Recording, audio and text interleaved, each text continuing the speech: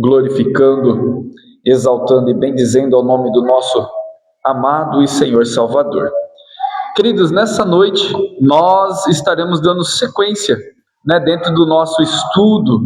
Nós estamos abordando temas importantes dentro da carta aos Romanos. Nós já tivemos então um panorama geral dessa carta, já compreendemos as suas divisões. Nós já falamos sobre o capítulo de número 1, onde Paulo ele revela a sua missão, o seu propósito. Ele mostra o desejo dele de pregar o evangelho a toda criatura. Manda essa carta para uma igreja que está localizada em um contexto de depravação, em um contexto de dificuldades, de certa opressão também, tanto religiosa quanto política, mas era uma igreja amada pelo apóstolo Paulo e amada por Cristo Jesus, sustentada por ele.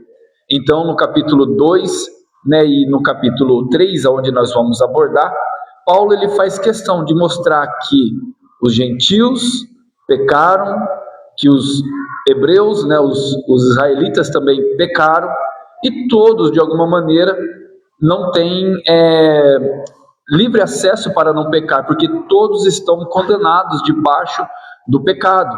Nesse sentido, então, Paulo ele começa a colocar todo mundo na mesma posição, porque por um lado, nós temos os gentios que pecavam, e além de pecar, davam voto de confiança ou de favoritismo pelo pecado. Eles sabiam que era errado, mas de alguma maneira continuava pecando. Por outro lado, nós temos os judeus, que eram contra o pecado, na frente do pecador, e repudiava, Só que nas escondidas, internamente, cometia também os mesmos pecados, sacrilégios e tudo mais que foi que nós abordamos semana passada. Então Paulo, de alguma maneira, ele repreende os gentios, porque eles pecam, e repreende os judeus moralistas, que pecam também nas escondidas, e mostra que a ira de Deus está sobre todos aqueles que transgridem a lei do Senhor. E hoje nós vamos falar, vamos dar sequência a partir do verso de número 9, do capítulo de número 3. Semana passada nós falamos até o versículo 9, mas vale a pena citá-lo novamente, e hoje nós vamos ler até o verso de número 31. Acompanhe aí comigo, por gentileza, Romanos 3, a partir do verso de número 9. Está escrito assim, que se conclui: temos nós alguma vantagem? Não, de forma nenhuma, pois já temos demonstrado que todos, tanto judeus como gregos, estão debaixo do pecado, como está escrito: não há um justo, nenhum sequer, não há quem entenda, não há quem busque a Deus. Todos se desviaram e juntamente se tornaram inúteis. Não há quem faça o bem, não há um sequer. A garganta deles é sepulcro aberto, com língua enganam, veneno de víbora está nos seus lábios. A boca eles têm cheia de maldição e amargura. Os seus pés são velozes para derramar sangue. No seu caminho há destruição e miséria. Eles não conhecem o caminho da paz. Não há temor de Deus diante dos seus olhos. Ora, sabemos que tudo o que a lei diz é dito ao que vivem sobre a lei, para que toda boca se cale e todo o mundo seja culpável diante de Deus. Porque ninguém será justificado diante de Deus pelas obras da lei, pois pela lei vem o pleno conhecimento do pecado. Mas agora, sem lei, a justiça de Deus se manifestou, sendo testemunha pela lei e pelos profetas. É a justiça de Deus mediante a fé em Cristo Jesus. Em Jesus Cristo, para todos e sobre todos os que creem, porque não há distinção, pois todos pecaram e carecem da glória de Deus, sendo justificados gratuitamente por sua graça, mediante a redenção que há em Cristo Jesus, a quem Deus apresentou como proposição no seu sangue, mediante a fé.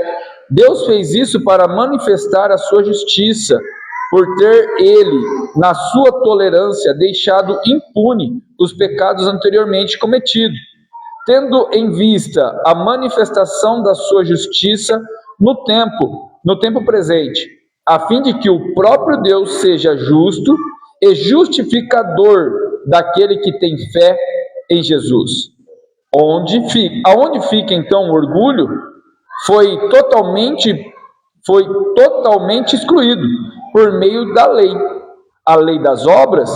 Não, pelo contrário, por meio da lei da fé. Concluímos, pois, que o ser humano é justificado pela fé, independente das obras da lei. Ou seria Deus apenas Deus dos judeus? Será que não é também Deus dos gentios? Sim, também dos gentios. Também dos gentios. Visto que Deus é um só, o qual justificará os circuncisos a partir da fé, e o incircunciso por meio da fé.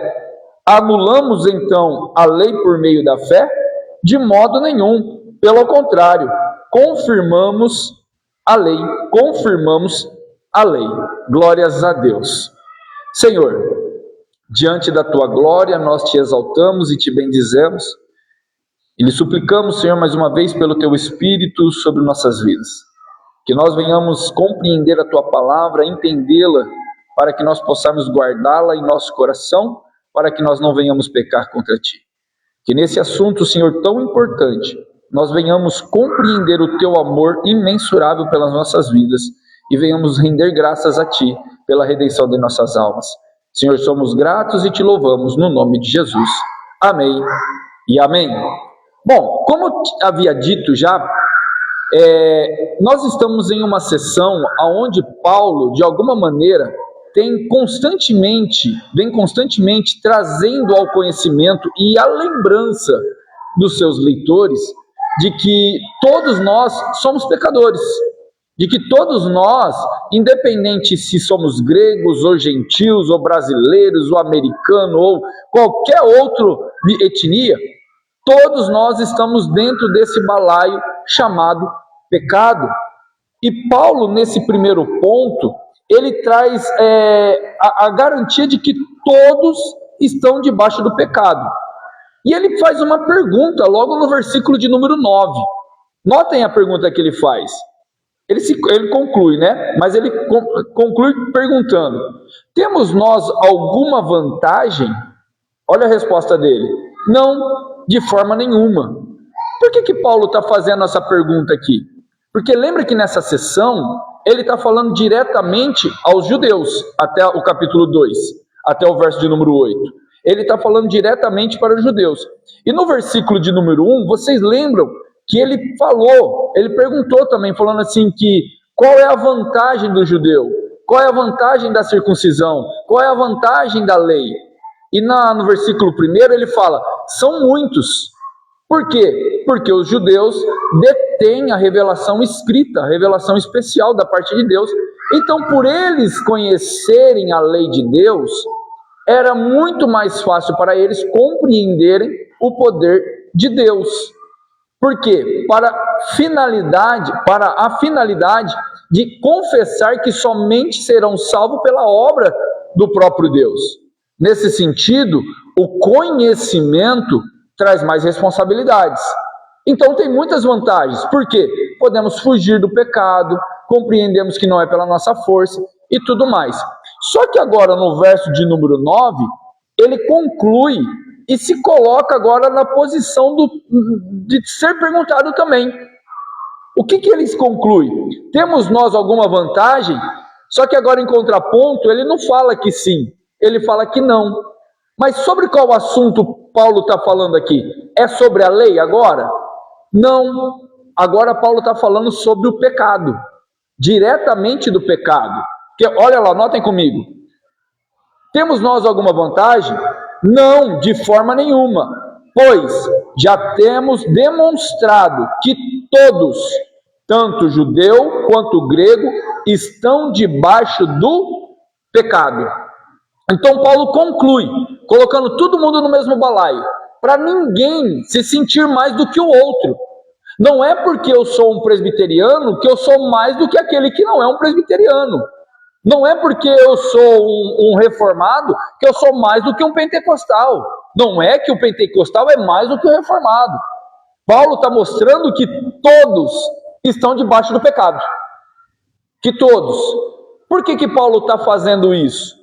Para trazer a lucidez da humanidade, de que não somos salvos pelos nossos méritos, não somos salvos porque seguimos denominações, não somos salvos porque somos excelentes na lei, não somos salvos por conta disso. Nós somos salvos pelo sacrifício de Cristo Jesus, somos salvos pela graça e bondade dele. E Paulo está querendo colocar aqui, fixar, de uma vez por todas, que todos os homens carecem da misericórdia de um Deus amoroso, que nós não temos que se sentir superior a ninguém. Então Paulo, ele faz questão de se colocar na mesma condição de que todos.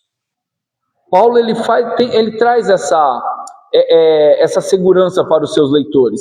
Ele não usa aquela carteirada que muitos usam nessa atualidade, né?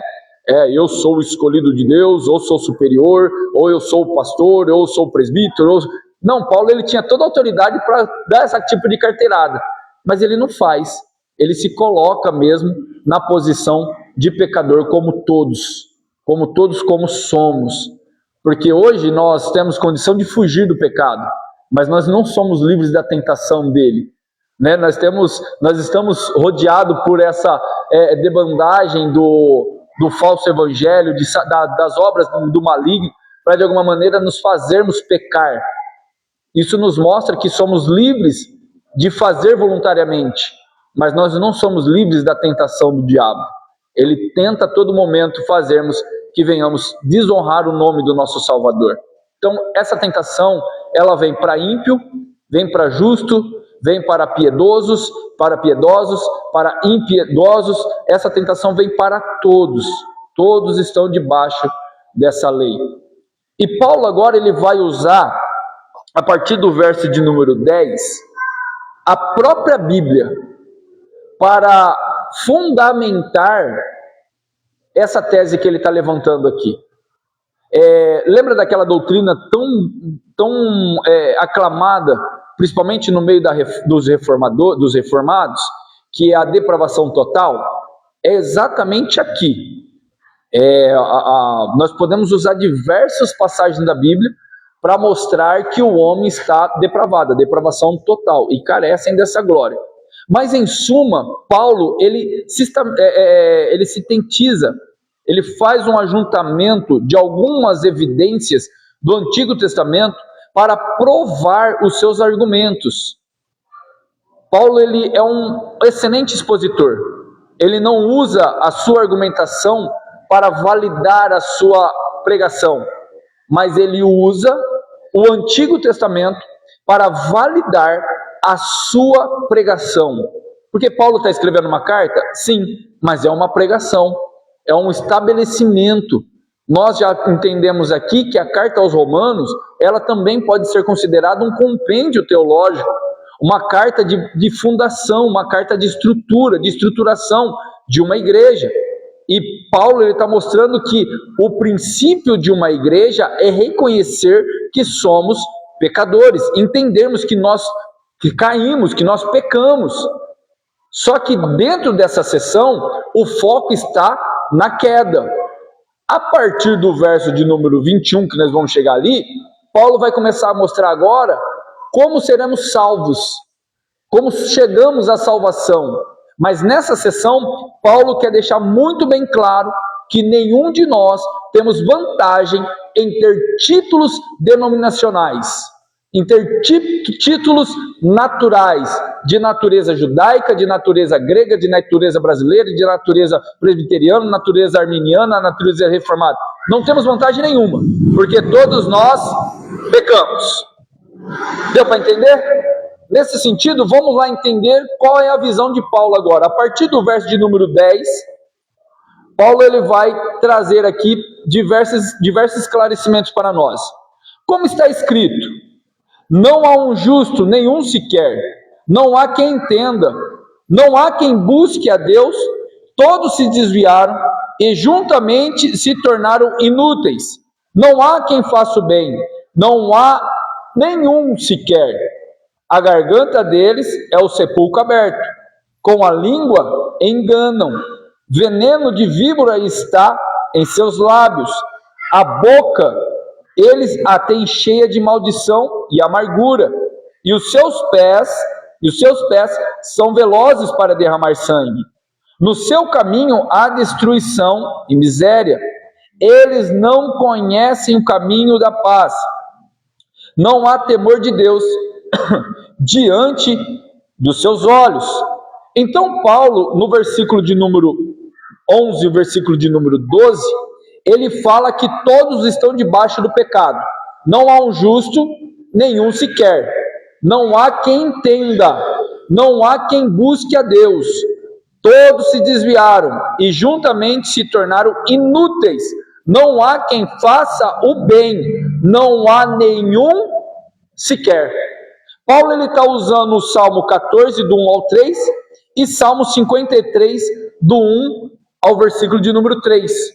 Paulo ele está trazendo o salmista para a atualidade dele, usando bases bíblicas para estruturar a sua fundamentação. No tocante, Paulo continua falando: o pecado corrompe todas as áreas.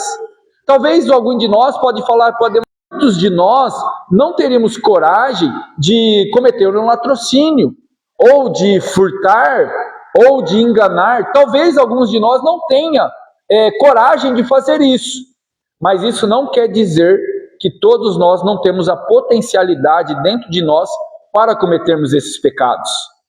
Porque muito entre nós, antes de sermos encontrados por Cristo, de confessarmos Ele como nosso Salvador, de reconhecer Ele como dono de nossa alma, muitos de nós mentíamos, caíamos na bebedice, caíamos no adultério, fornicávamos, tínhamos prazeres lasciviosos na nossa mente. Muitos de nós desejavam mal para o próximo. Isso daí mostra que o velho homem, o homem natural, tem a potencialidade de cometer os mais terríveis pecados, porque isso é da natureza do homem. E Paulo vai estruturar a sua base teológica através do verso de número 13. A garganta deles é sepulcro aberto. Ele está usando referência de Salmo 5, verso 9. Ele está falando o homem, o natural, o homem natural, porque agora ele não está falando só de gentil ou de judeu, ele está falando de todos, porque nós temos a nossa garganta como sepulcro aberto. Ele poderia colocar aqui diversos outros pecados, mas ele coloca o mal desse século. O escritor bíblico diz que o poder da vida e da morte está onde? Nas palavras, na língua. Muitos são mortos através de má interpretações, através de heresias, através de enganos, através da ira. Muitos são enganados e ludibriados através da peçonha. Olha só que ele continua: com a língua enganam, veneno de víbora está nos seus lábios. Ele faz referência de Salmo 140, verso 3. Paulo ele faz questão de mostrar que as palavras que ele está citando aqui não é dele, é do profeta, é do salmista. E agora eu faço as palavras de Paulo as minhas também. Eu não estou citando as minhas palavras, eu estou citando as palavras de Paulo e citando as palavras dos salmistas.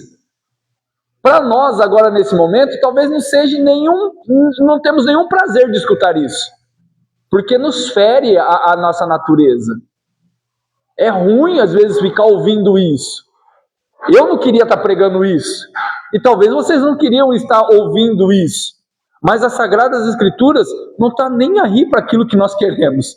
Ela simplesmente é reta, Ela traz uma verdade absoluta para nós, para que nós, de alguma maneira, venhamos nos policiar e confessar que realmente a palavra de Deus ela é sincera e ela nos escancara, mostra não simplesmente a redenção, mas nos mostra as nossas condições, porque éramos nós dessa maneira, e muitos estão ainda nessa maneira.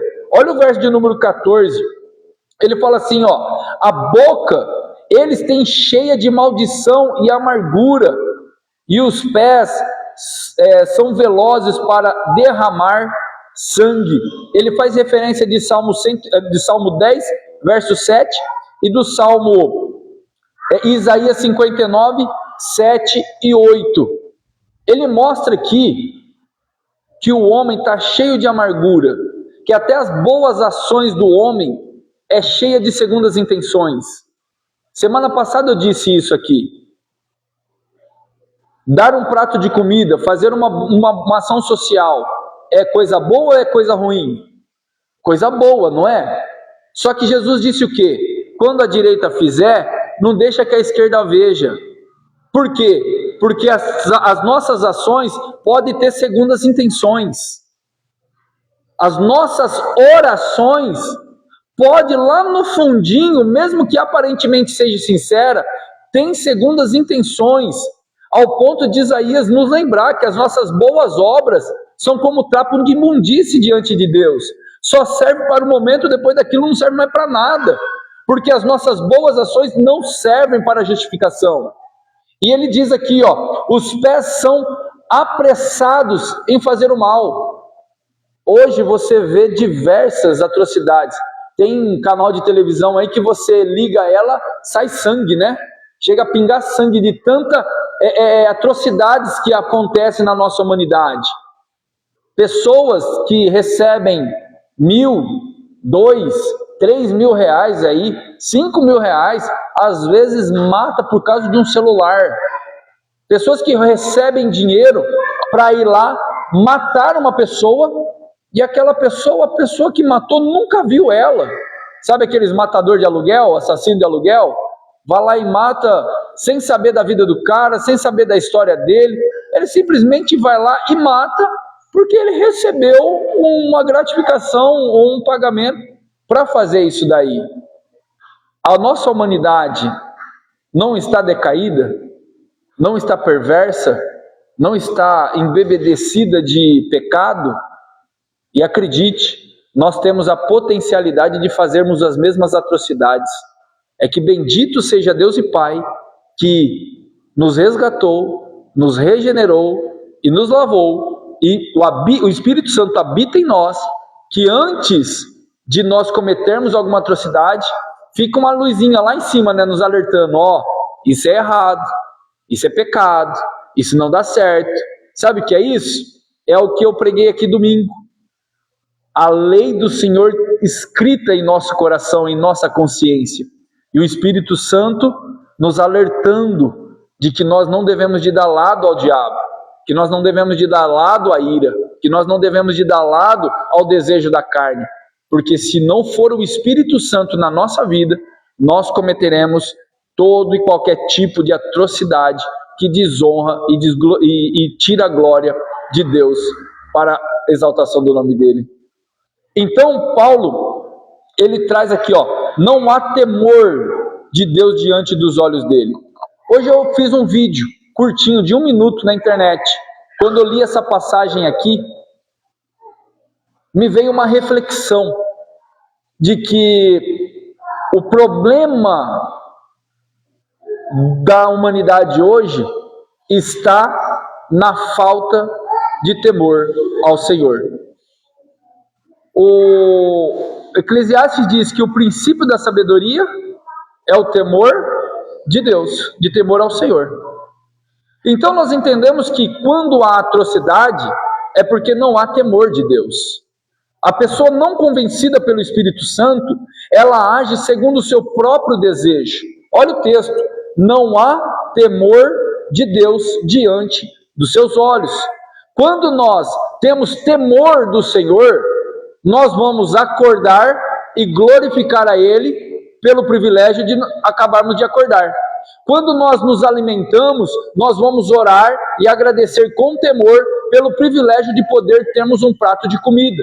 Quando nós vamos andar na rua, quando nós vamos tomar um banho, quando nós vamos fazer uma obra social, quando nós nos reunimos como igreja dentro de um templo, nós nos reunimos com temor e gratidão ao Senhor pelo benefício e privilégio por Ele ter nos dado. Não é isso?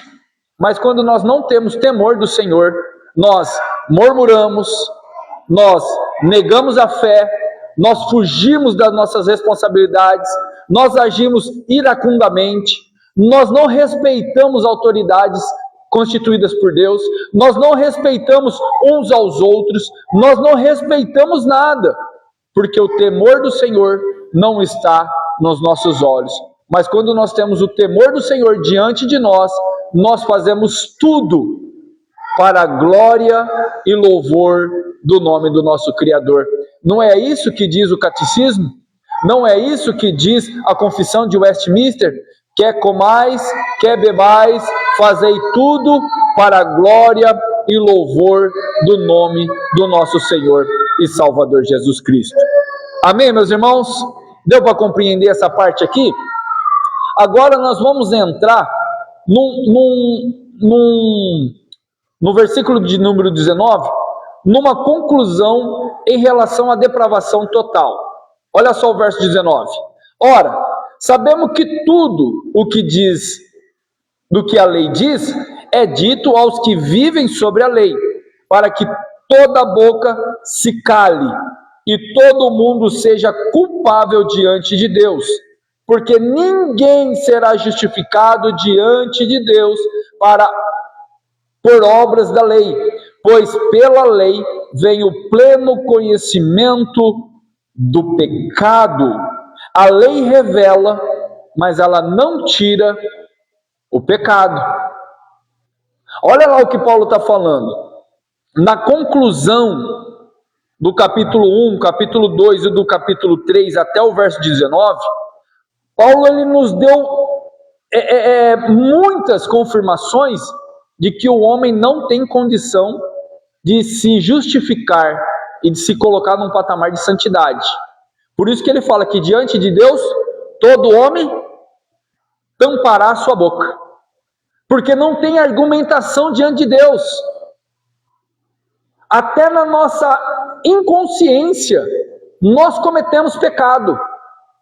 Nós cometemos pecado por ignorância. Não oramos aqui hoje sobre isso? Cometemos pecado pela ignorância, pela inércia. Cometemos pecado voluntariamente. Cometemos pecado involuntariamente. Cometemos pecado de todas as maneiras. E as Sagradas Escrituras nos mostram que nós somos incapazes de nos justificarmos diante de Deus. Por isso que diante dele, todo homem tampa a sua boca. E ele fala outra coisa aqui, que a lei, ela serve para nos mostrar o pecado. Ela é como se fosse um plumo. Quem trabalha com construção, ou tem noção básica de construção, sabe que das ferramentas principais na área da construção civil é o plumo. Para que serve o plumo? Se você colocar o plumo em uma parede torta, ela vai fazer o quê? Vai mostrar que aquela parede está torta. Mas a pergunta que eu faço ela desentorta a parede? Não. O plumo mostra que a parede está torta, mas o plumo não desentorta a parede. Uma ressonância magnética, ou a tomografia, ela feita numa pessoa, ela revela que a pessoa pode ter um câncer. Mas a pergunta que eu faço, a tomografia remove o câncer? Não, ela revela o câncer. É exatamente isso que a lei faz. A lei é santa, a lei é boa, a lei é pura, a lei é agradável. Só que ela não remove o pecado. Pelo contrário, ela mostra aonde está o pecado e traz o que consigo? A ira de Deus. Pela lei, a ira de Deus é manifestada sobre os filhos da desobediência. Por isso que sob a lei ninguém pode ser justificado, porque a lei é santa, a lei ela é decisiva, a lei ela mostra onde está o problema do ser humano, e Paulo mostrou aqui através dos salmistas e da lei, da revelação, de que todo homem está embebedecido do pecado, e por conta disso, não tem como remover por si só essa lei. Ponto. E agora, o que vamos fazer então? Como diz, quem poderá nos socorrer? Paulo então agora ele cessa a sessão da depravação total e vai dar o pontapé inicial em uma outra doutrina extremamente importante no meio da igreja, que se chama a justificação pela fé. Vamos ler então o versículo de número 21 até o versículo de número 26. Mas agora, sem lei, a justiça de Deus se manifestou, sendo testemunha pela lei e pelos profetas. E é a justiça de Deus mediante a fé em Jesus Cristo, para que todos e sobre todos os que creem, porque não há distinção, pois todos pecaram e carecem da glória de Deus, sendo justificados gratuitamente por sua graça, mediante a redenção que há em Cristo Jesus, a quem Deus apresentou como propiciação no seu sangue, mediante a fé. Deus fez isso para manifestar a justiça, por ter ele, na sua tolerância, deixado impunes os pecados anteriormente cometidos, tendo em vista a manifestação da sua justiça no tempo presente, a fim de que o próprio Deus seja justo e justificador daquele que tem fé em Jesus. A justiça de Deus se manifesta pela fé em Cristo. Essa justiça não depende da lei, mas da fé em Jesus Cristo.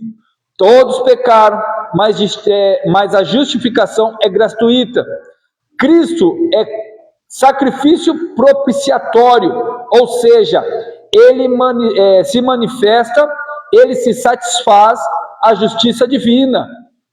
A salvação não vem por esforço humano, mas pelas obras completas de Jesus Cristo na cruz. A justiça de Deus se revela no amor que justifica o pecador, sem violar a santidade. Nesse momento aqui, Paulo, ele vem trazer aqui para nós a garantia, principalmente para os gentios. Porque lembre que os judeus, eles têm amparo na lei, eles têm a fé deles na lei, e Paulo mostra aqui, que a lei serve para aqueles que vivem na lei. Todavia, a lei serve não para a salvação, porque como ele havia acabado de dizer, a lei não salva, a lei mostra onde está o erro. Mas agora, agora a graça, a salvação é manifestada sem lei. Agora é pela fé. E fé em quê? Na obra de quem? De Cristo Jesus. Na redenção de Cristo Jesus. Porque Paulo daqui um pouquinho ele vai falar com mais clareza isso, mas eu vou dar um spoiler aqui. Ele fala o quê? Que a finalidade é o quê?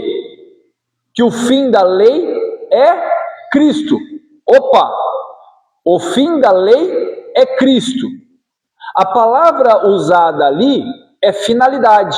É a palavra telos, que também significa alvo. Telos, alvo, finalidade. Então nós temos que o fim da lei, que o fim ali, a objeção do fim, não é fim de se acabar. Ah, terminou, o fim da lei é Cristo, acabou a lei em Cristo. Não é desse jeito que Paulo está querendo dizer. O termo ali é finalidade. Então, a finalidade da lei é Cristo. O alvo da lei é apontar para Cristo. Como isso funciona? Vamos lá. No capítulo 4, semana que vem nós vamos abordar isso, mas Paulo vai mostrar o precessor, o antecessor da lei, que foi Abraão. Porque Abraão foi justificado antes da lei. Ele foi justificado antes da lei. Então, antes da lei, nós temos já justificativa. Mas depois da lei, que veio através de quem? De Moisés. Correto? Então, através da lei feita por Moisés, todos os olhos ficaram focados no Messias que viria através da lei. Então, os olhos do povo ficou em Moisés, mas Moisés pecou e morreu. Então, a lei não se sustentou em Moisés.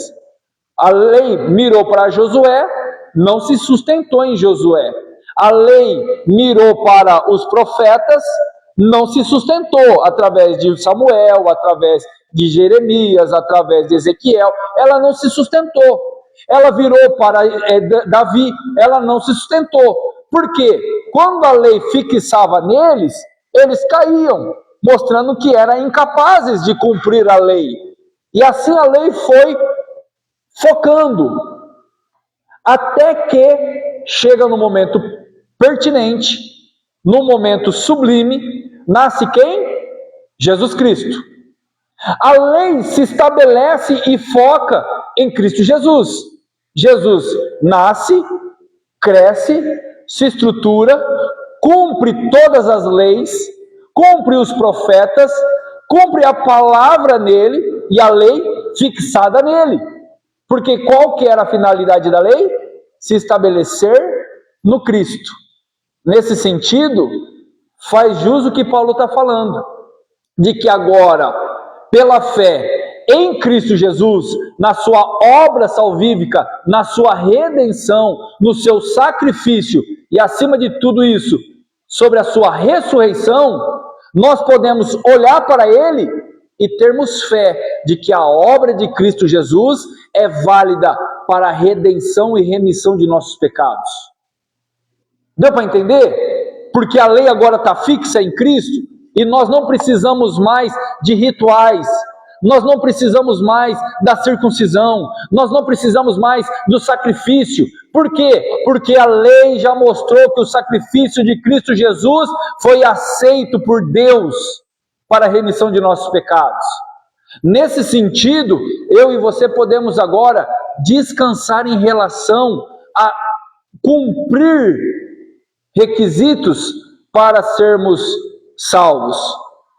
Porque, notem comigo, para pagar o pecado era necessário a morte, não é? Não é isso que Paulo fala? O salário do pecado é a morte. Cristo fez o quê? Morreu a nossa morte. Pagou o verdadeiro preço. Mas como disse Paulo aos Coríntios, a morte não pôde contê-lo. Por quê? Porque ele foi achado sem pecado. O sacrifício dele foi recebido, aplacou a ira de Deus. Como eu disse domingo, toda aquela ira que era para vir sobre os filhos da desobediência, Deus, Jesus Cristo, tomou sobre ele, nos trazendo então agora a remissão e a exclusão de participar daquela ira que será derramada sobre os filhos da desobediência. Paulo está trazendo aqui para nós que sim, todos pecaram, só que agora sendo justificado gratuitamente por sua graça, mediante a redenção que há em Cristo Jesus, a quem Deus apresentou como propiciação. Olha aqui, Jesus foi aceito por Deus como aquele sangue que era aspergido. Ele faz menção de Levíticos 16 e faz menção também de Isaías 53:10, de que Deus aceitou, ele chegou como sacrifício com um cheiro suave diante das suas narinas, o sacrifício do seu filho. E por isso, eu e você hoje temos livre acesso ao trono da graça mediante o sacrifício de Cristo Jesus. Todavia, Paulo ele conclui a partir do verso de número 27. Onde fica então o orgulho? Em umas versões, aonde está então a jactância? Aonde? É uma pergunta. Aonde nós devemos de nos vangloriar? Aonde que nós devemos então de bater no peito e falarmos, eu sou isso ou eu sou aquilo? Se Paulo está mostrando claramente aqui que foi por causa de Cristo Jesus que estamos aqui hoje. Que vanglória nós temos? Olha lá, aonde fica então o orgulho? Foi totalmente excluído por meio da lei? Por meio das obras? Não! Pelo contrário, por meio da lei, da fé. Concluímos, pois, que se o ser humano é justificado pela fé, independentemente da obra da lei, ou seria Deus apenas Deus de judeus? Será que não é também Deus dos gentios? Sim, também dos gentios, visto que Deus é um só, o qual justificará o circunciso a partir da fé e o incircunciso por meio da fé. Anulamos então a lei por meio da fé? De modo nenhum. Pelo contrário, continuamos a lei, confirmamos a lei. Então Paulo ele conclui esse capítulo de número 3, mostrando que eu e você não temos que nos vangloriarmos pela posição ou pelo ambiente que nós estamos. Porque se estamos aqui e temos o que temos, não foi por conta do nosso esforço, mas foi pelo sacrifício de Cristo Jesus. Em relação à salvação, foi por conta de Cristo Jesus. Não temos mérito nenhuma. E não só por causa da salvação, mas é por conta da obra também. Porque Paulo, por diversas vezes, ele fala que até as nossas boas ações, as nossas boas obras, não é porque somos bonzinhos que fazemos elas. Mas Paulo, escrevendo aos Efésios, diz que é por conta do próprio Deus, porque até as nossas boas ações foram preparadas por Ele, para que Ele seja glorificado e exaltado. Então Paulo pergunta, onde está então a vanglória? Não tem que reinar sobre nós. Eu não sou superior a vocês. Vocês não são superiores a mim.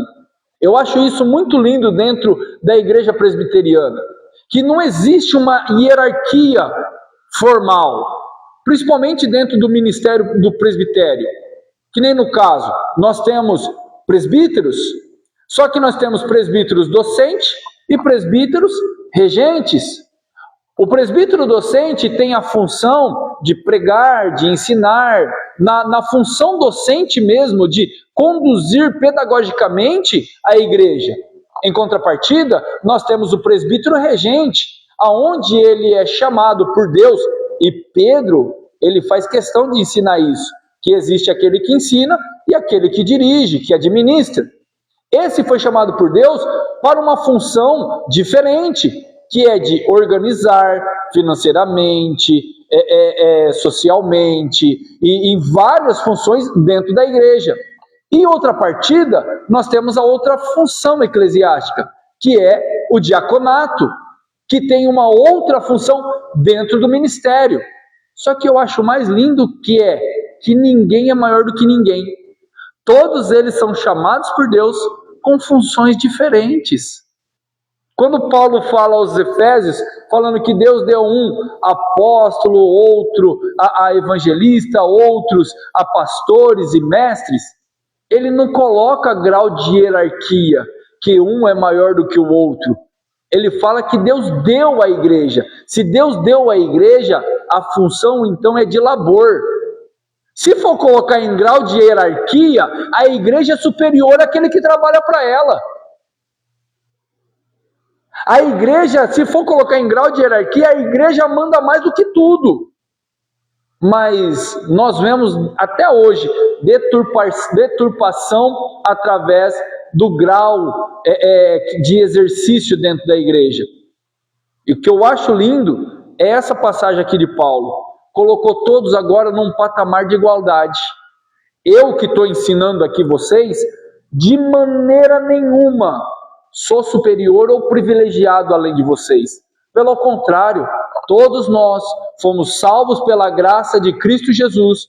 Todos nós temos o privilégio de termos as Sagradas Escrituras à disposição de cada um de nós. Todos nós não precisamos de um sacerdote ou de um pastor para chegar diante de Deus, porque todos nós temos o sacerdócio real, todos nós fazemos parte da nação santa, todos nós fazemos parte de um povo adquirido para as boas obras de Cristo Jesus.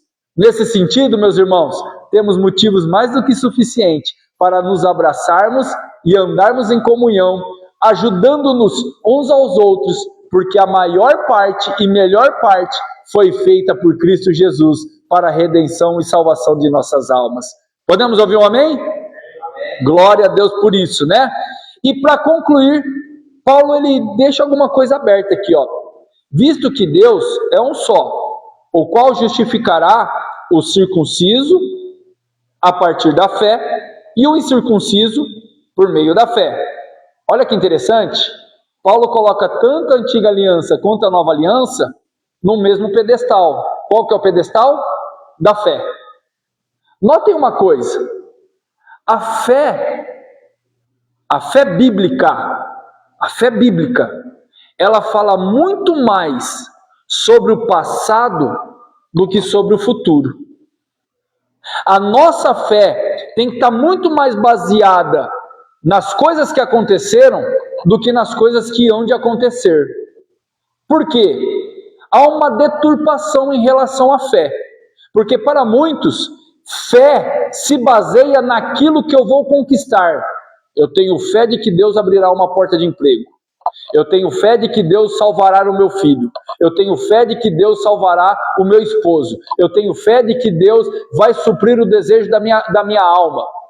Nós reduzimos fé a isso.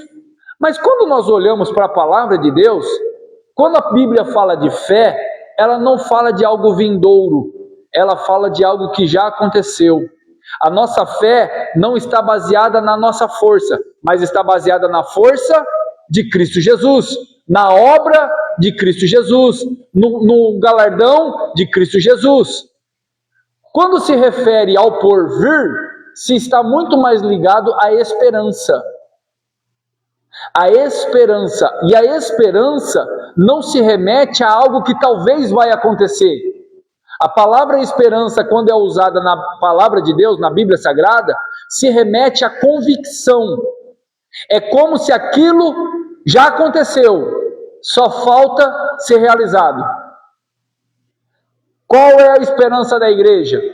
De que moraremos pela eternidade com Cristo Jesus. Nós, como igreja, descansamos isso. Por quê? Isso vai acontecer. Só falta o momento de chegar. Não é isso que nós cremos? Quando se fala de que Deus suprirá todas as nossas necessidades em glória em Cristo Jesus, nós já não temos convicção de que Deus vai suprir todas as nossas necessidades? Já temos já. Só falta o quê? O momento de chegar. E quando isso vai chegar? Nós não sabemos, porque quem conduz os nossos passos é Cristo Jesus. E todas as coisas cooperam para o bem daqueles que amam a Deus, que andam segundo os seus propósitos, os seus desígnios. Então fé não está ligado muito àquilo que há de vir, porque fé está ligado diretamente àquilo que Deus fez. Porque o sinônimo de fé é crer naquilo que você não viu, que você não participou. Nós participamos da salvação? Não. Não foi obra de Cristo Jesus? Nós participamos da nossa redenção? Não. Não está figurada em Cristo Jesus? Não é isso que Jesus disse? Vós sereis a minha testemunha. E testemunho está ligado muito mais nas feituras de outra pessoa. Jesus disse: bem-aventurado são aqueles que não viram, mas creram, mas tiveram fé. Esses somos nós. Nós não vimos nenhuma obra, nós nem vimos Jesus ressuscitado, mas nós temos fé, de uma fé de tal maneira que, se preciso for, nós morremos, mas não negamos essa verdade feita por Cristo Jesus. Isso é fé. E olha, a fé, ela vem tanto para aqueles que estão na lei, quanto aqueles que são da graça, porque a graça abrange ambos, tanto aquele que é judeu, tanto aquele que é gentil. Por isso somos felizes, fomos alcançados por essa graça, e pela fé permaneceremos fiéis, fugindo da tentação, nos arrependendo do nosso pecado, fugindo da aparência do mal, para a glória e louvor do nosso Salvador Jesus Cristo. E Paulo, então, agora ele deixa uma pergunta. Olha só o verso de número 31. Anulamos, então, a lei por meio da fé? De modo nenhum. Pelo contrário, confirmamos a lei. Como confirmamos a lei? Na semana que vem, nós vamos, então, entender como que é a confirmação da lei, a partir do capítulo de número 4. A justificação pela fé, através dos grandes personagens dentro das Sagradas Escrituras que aclamam a veracidade dessa confirmação que Paulo fala aqui, ó. De modo nenhum, pelo contrário, confirmamos a lei. De qual maneira? Semana que vem nós vamos descobrir isso. Amém, meus irmãos? Graças a Deus, oremos ao Senhor. Pai, nós te damos graças e te louvamos pela sua benevolência, pela sua graça imensurável, pelo seu amor, Senhor, derramado sobre nossas vidas. Obrigado, Senhor, pela redenção de nossa alma, pelo resgate, Senhor, das trevas, e por ter nos transportado para a tua gloriosa luz nessa noite. Senhor, continue abençoando essa igreja. Continue, Senhor, convencendo a todos nós que o Senhor é o autor e consumador de nossa alma. Senhor, traga, meu Pai, aqueles que hão de ser salvos. Usa-nos, Senhor, como arauto desse evangelho, para que quando proclamarmos a sua verdade, o seu Espírito Santo possa convencer, Senhor, o mais vil pecador, porque nós sabemos e temos a convicção que a sua palavra é penetrante e que não existe coração duro que o evangelho de Cristo Jesus não perfure.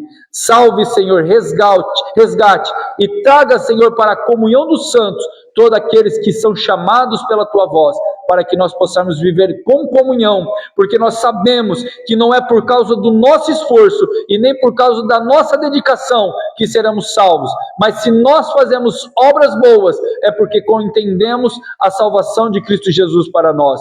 Senhor, te agradecemos e te bendizemos no nome do Senhor Jesus. Amém e amém, Senhor. Graças a Deus. Uma boa noite de salvação e de comunhão e de descanso a todos no nome de Jesus.